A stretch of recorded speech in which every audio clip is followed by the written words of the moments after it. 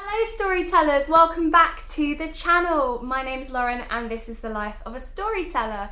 Today I'm going to be doing a book review. Now we're looking actually at a series of books and the latest book. Now I'm not going to give any spoilers until we talk about the most recent book. Now the series in question, as you've seen in the title, is the Serena Valentino Villain series.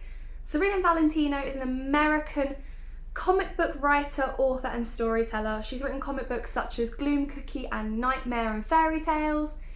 But the Villain series, it's so good. I love it. It's so good. Now there's 7 books in the series currently. There is an 8th book coming out in June. And each book is on a different villain and it tells you the arching story of the character before the events, or just before, overlapping the events of what we've seen in the films. Now the villains they've done is Beast and Beauty and the Beast. They've done the Evil Queen from Snow White. They have done Ursula from Little Mermaid. I'm having a real brain fog today. They've done Maleficent, Sleeping Beauty. The book that comes in between those is my favourite book. I'm putting that now. It's called The Odd Sisters. I don't want to give the spoiler away because that book actually links, it's part of the link between all the books. They've also done Mother Gothel from Rapunzel, and the most recent one is Cruella de Vil. Now, I'm going to show you some of these books. This was the first set of 3 that I found. As you can see, they're not the thickest books, but they're her first 3. They're just, I love them. So the first one was The Beast Within, so obviously The Beast. This is the whole reason I started reading, because as I may have mentioned in the previous video, Beauty and the Beast, favourite story, the thing is with The Beast, he's not the villain. And so when I was like, okay, it's a villain series, but I don't consider the Beast a villain, maybe he is, and maybe this will explain more. And it was brilliant. Like, how did a prince once beloved by his people become a bitter and recluse monster? Exactly, like how did he end up that way? And it answers all those questions. Now this is a small spoiler, I'm not mentioning names, but every single one of these first 6 books has a set of characters that link them. They link all the stories together. There's a set of characters that, yeah, and it doesn't mean necessarily like Mother Gothel knows the Beast, but there's characters who are involved in their stories who are involved in everyone's story. And that addition was fantastic. I loved it. It linked all the books. It's my favourite thing about this series. Now the books do get thicker as they go on. So that was the first 3. The next 3 they released, like I said, was Maleficent, The Odd Sisters and Mother Gothel's book. So The Odd Sisters is a little thicker than the first 3, but not much. This is my favourite book in the series. The cover, maybe, gives you an idea, and the back. They're designed beautifully as well. They feel nice, and yeah, I love these stories. The series itself, I give a solid 9 out of 10. I get so excited when a new book comes out, and I instantly want to read it, and I run for it, and every time I get a moment, I take it with me to work, I travel, and I end up reading like 3 pages on the tube and I have to get off and change. I have to read it.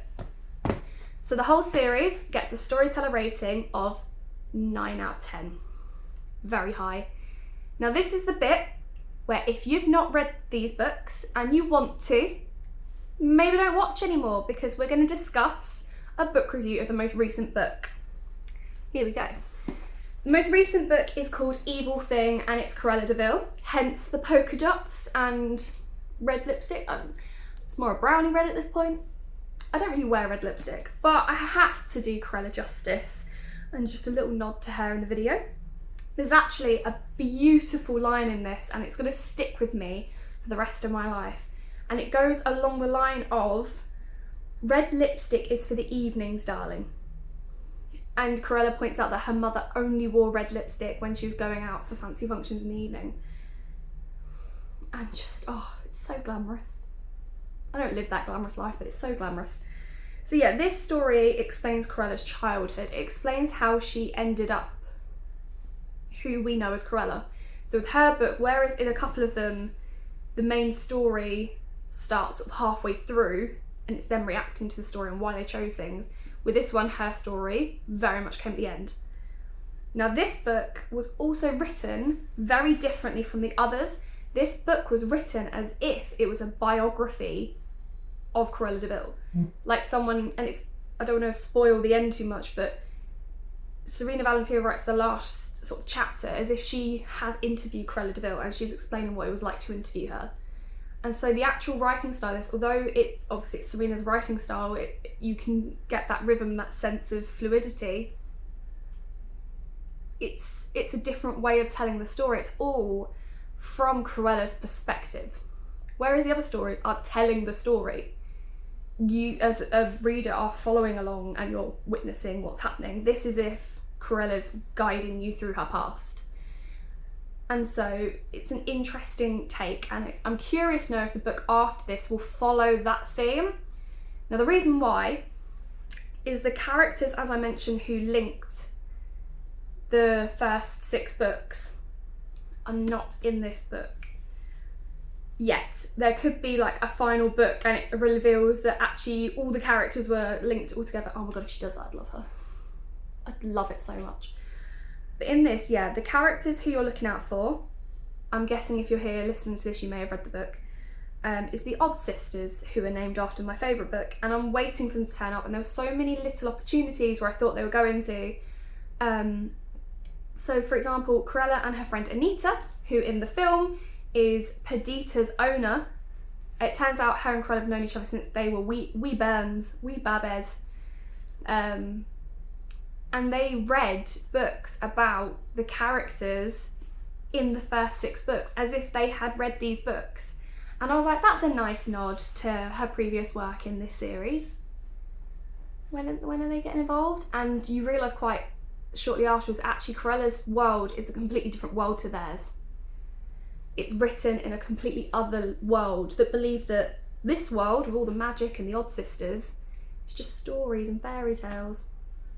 And that was a bit sad actually, but I could see why she did it. But then yet again, a little bit later on, Cruella mentions that her mother was going to be in one of her moods and was going to get a headache and lock herself in a room, and that also was similar to one of the previous stories. One of the characters, I want to say it was the evil queen in Snow White, kept having headaches. It's been a while since I read them. And as soon as I read that, I was like, oh my god, they're going to turn up, it's going to happen, and it's about half through the book, yes, and they didn't. So that was a little disappointing, but I can understand why she's done it that way. And, you know, it did a very good job in explaining why Cruella looks so stick thin.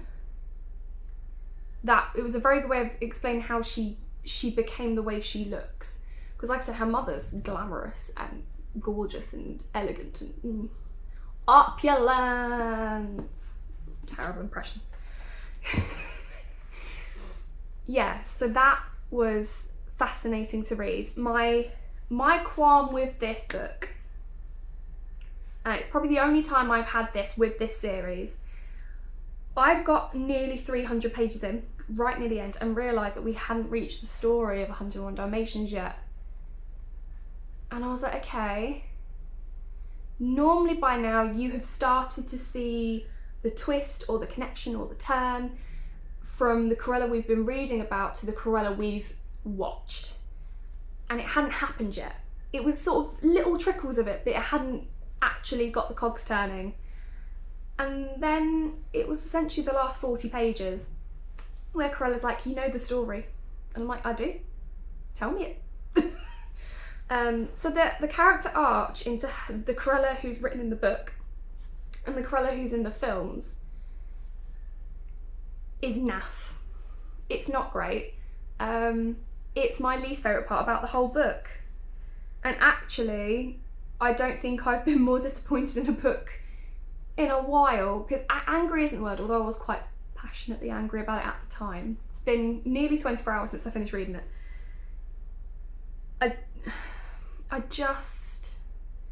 I just wanted more.